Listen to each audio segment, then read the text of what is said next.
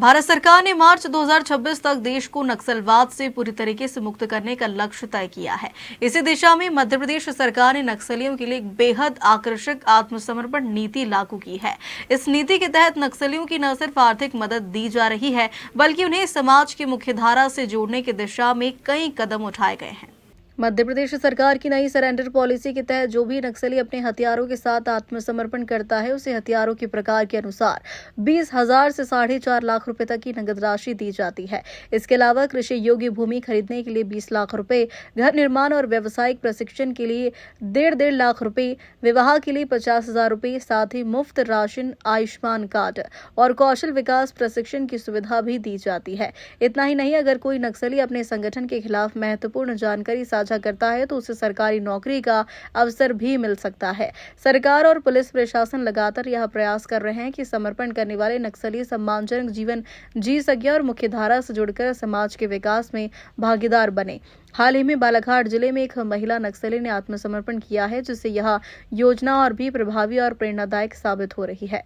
नक्सलियों के विरुद्ध जो अभियान है, जिसमें मार्च 2026 की डेडलाइन सेट करके लगातार अभियान चलाए जा रहे हैं, उसमें ऑपरेशंस के अतिरिक्त राज्य सरकार के द्वारा 2023 में बहुत ही लुभावनी सरेंडर पॉलिसी बनाई गई है, जिसमें कि कोई भी नक्सली सरेंडर करता है तो उसे विभिन्न स्कीम्स और कैश का फ़ायदा होता है।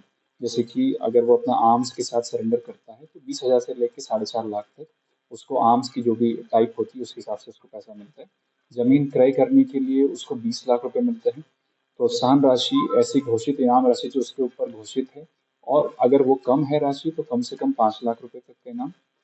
गृह निर्माण के लिए जो ज़मीन उसको दी जाती है ज़मीन खरीदने के लिए, उसके लिए अतिरिक्त 1.5 लाख रुपए। व्यावसायिक प्रशिक्षण, अगर वो कोई ऐसी नौकरी करना चाहता है एक बार वहाँ से सरेंडर होने के पश्चात, तो 1.5 लाख रुपए उसको अतिरिक्त दिए जाते हैं। साथ ही उसको स्किल डेवलपमेंट करवाया जाता है। विवाह करने के लिए प्रोत्साहन राशि 50,000 रुपये दी जाती है। साथ ही गवर्नमेंट की डिफरेंट स्कीम्स हैं, जो कि खाद्यान्न की फ्री खाद्यान्न की स्कीम है और आयुष्मान की स्कीम है। ऐसी सभी स्कीम्स दी जाती है और पुलिस के द्वारा प्रयास किया जाता है कि उसका बेहतर से बेहतर भविष्य उज्ज्वल बन सके।